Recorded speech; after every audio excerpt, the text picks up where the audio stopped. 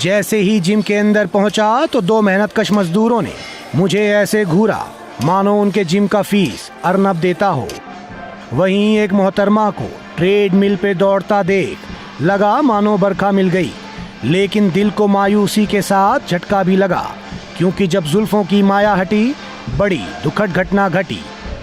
खैर तभी जिम के ओनर ने हमारा स्वागत हाथ मिलाकर किया और उस 5 किलो के हाथ में मेरा हाथ ऐसे दबाया मानो द स्क्रीन पत्ती के यूट्यूब चैनल का बेल आइकन हो। ठीक है भाई, देखिए क्या है कि ये हाथ माइक उठाने वाला है, डंबल उठाने वाला नहीं, थोड़ा कमजोर है, छोड़िए। लेकिन हमारी जबान बहुत कड़क है, याद रखना जी। अरे सॉरी रवि जी, आप बताइए क्या लेंगे, चाय ठंडा की प्रोटीन शेक? देखिए हम ये सब नहीं लेंगे, हम खाली अपने सवालों का जवाब लेंगे, दीजिएगा ना? अरे बिल्कुल देंगे रवि जी, क्यों नहीं देंगे, सीना चौड़ा करके देंगे, आप पूछिए। इतना आसान नहीं है, समझ रहे हैं ना? क्योंकि 56 इंच की छाती रखने वाले लोग भी हमारा सवाल का जवाब देने से डरते हैं, इसीलिए हमको इंटरव्यू देते नहीं। समझ गए ना किसका बात कर रहे हैं? तो आप ये बताइए कि आप यहाँ ट्रेन कैसे करते हैं? देखिए रवि जी, हमारा जो जिम है ना पूरे शहर में वर्ल्ड फेमस है। लोग आते तो यहाँ 1 पैक और 2 पैक के साथ है, पर जाते 6 और 8 पैक के साथ हैं। वाह जी, इनका तो बिस्कुट निकल आया है। बिस्कुट निकल आया भाई। तो आप तो लखन से भी एक कदम आगे निकले। मतलब क्या है कि लखन तो खाली 1 2 का 4 करते थे, आप यहाँ 1 2 का 4 6 8 तक कर रहे हैं, है ना? तो मुझे ये बताइए कि ये जो प्रोटीन शेक है इसको पी के नामर्दी तो नहीं आता है जी? रवि जी 4 बच्चे हमारे, क्या बोल रहे हैं आप? गलत बात है ना भाई। अरे गलत बात कैसे? अपनी फर्टिलिटी का गलत फायदा उठा रहे हैं आप, और क्या? देश के लिए नुकसानदायक है भाई ये। अरे यार अब तुम सिटअप ढंग से करो यार, क्या कर रहे हो?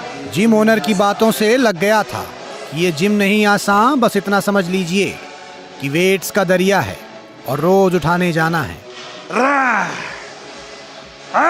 खैर हमारा कैमरा वहां से आगे बढ़ा तो फोकस एक ऐसे फिटनेस फ्रीक पे हुआ जो वजन कम उठा रहा था, चिल्ला ज्यादा रहा था, तो हमने उनसे पूछ ही लिया, भाई एक बात बताओ, तुम्हारा सारा एनर्जी तो साउंड एनर्जी में वेस्ट हो रहा है, हैं?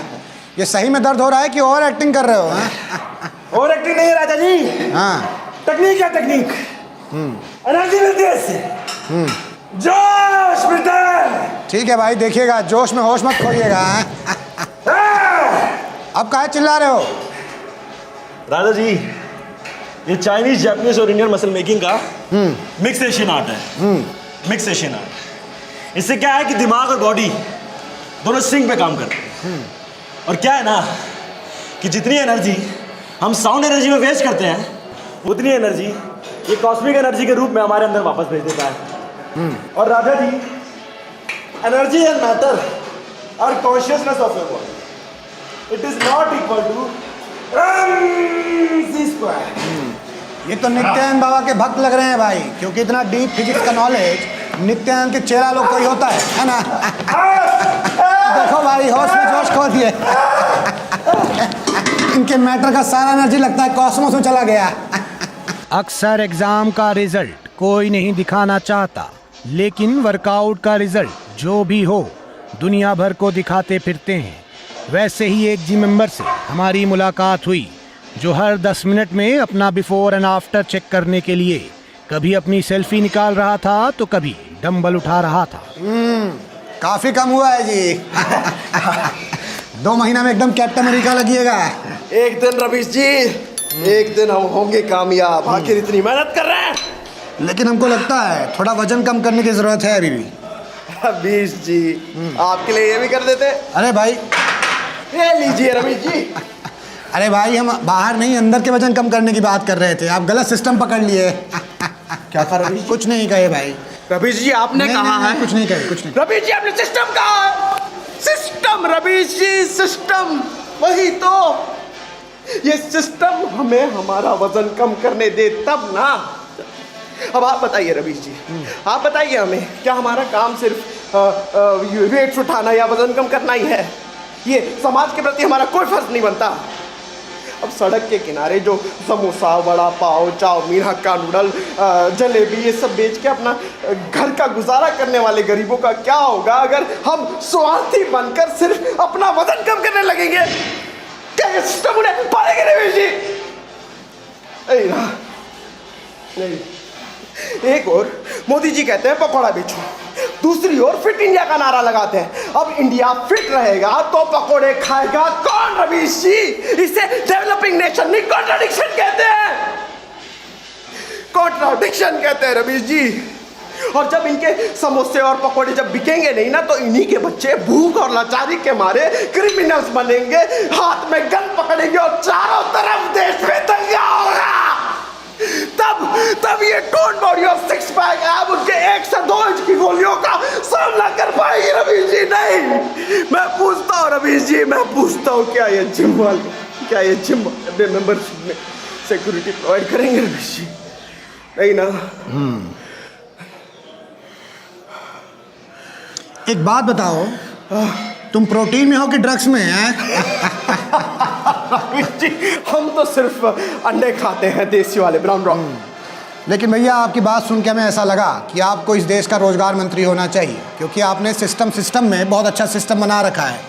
मतलब आप मोटा हो के जिम आते हैं, यहाँ रोजगार बढ़ाते हैं, बाहर जाके फास्ट फूड खाते हैं ठेला में, उनका रोजगार बढ़ाते हैं।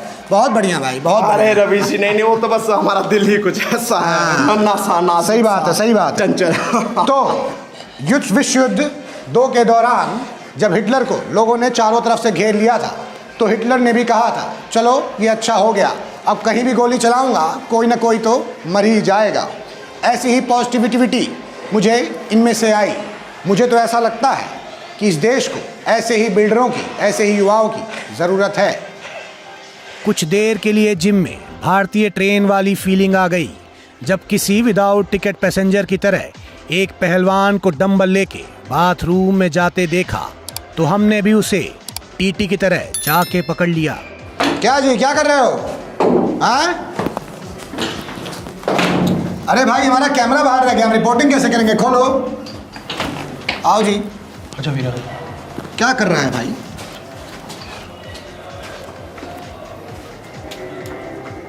ये क्या किए तुम? हाँ? एक्चुअली रवीश जी, मेरे जिम की मेंबरशिप एक्सपायर हो चुकी है, तो मैं नज़र बचा के पैसे बचा रहा हूँ। ये तो चोरी हुई। सीना चोरी तो नहीं है, चुपचाप एक्सरसाइज करके अपना हक ले रहा हूँ और किसी को तकलीफ भी नहीं है। रवीश जी, जब पहली बार मैं मेंबरशिप लेने आया था, मेरे को कहते 1 महीने के 4,000 रुपए और 6 महीने के 4,200 रुपए, तो मैंने 6 महीने का ले लिया। अब बंदा आता तो 1 ही महीने है। सही बात है। तो बचे हुए महीनों का मेरे को रिफंड देंगे? बिल्कुल नहीं देंगे। नहीं देंगे। तुम फंसवा दिए ना जी। अच्छा वाला इमेज है हमारा पत्रकार का है, देश बोलता है कि हम अच्छे पत्रकार हैं, तो फंसवा दिए। चोरी के इल्जाम में भैया मोदी जी को कैसे हम क्या बोलेंगे? हम किस मुंह से बोलेंगे मोदी जी? खरा ये क्या कर रहे हो जी?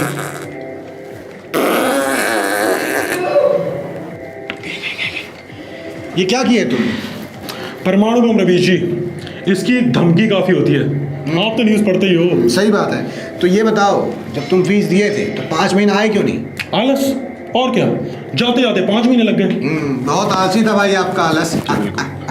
लेकिन ये बताओ, जब तुम यहाँ आते होगे गेट से, तो लोग पहचानते होंगे, तो कैसे बचते हो? रवीश जी, मुझे इस जिम में सिर्फ मेरे डंबल पहचानते हैं, और वो तो बोल नहीं सकते। और वैसे भी आपने 3 डेट्स देखी होगी, जिम आने के लिए फीस नहीं, सिर्फ यूनिफॉर्म लगती है। हाँ, वो मैंने लॉकर रूम से ढापी है। तो देखिए भाई, अगर हिंदुस्तान सरकार को जासूसों की ज़रूरत है, तो यहाँ जिम में आके इन्हें उठा ले जाएं। क्या जासूसी करते हैं? मतलब काम कर देते हैं, किसी को पता भी नहीं चलता है ना। पता कैसे चलेगा? तब तक तो मेरी बॉडी बन चुकी होगी, तब पकड़ के दिखाएं। सही दूंगा पैन जो दोगे। ठीक है, हम जाते हैं। अगर आपको और कुछ चाहिए तो भिजवा दें। नहीं, रूम फ्रेशनर थोड़ा। रूम फ्रेशनर छोड़िए, कुछ अगर डंबल वंबल चाहिए तो बताइएगा, ठीक है? वो हम ले लेंगे। तुम भी चलो जी। तो गाइस, कैसी लगी आपको ये वीडियो? कमेंट्स में बताओ, और ऐसी और वीडियोस देखने के लिए सब्सक्राइब करो।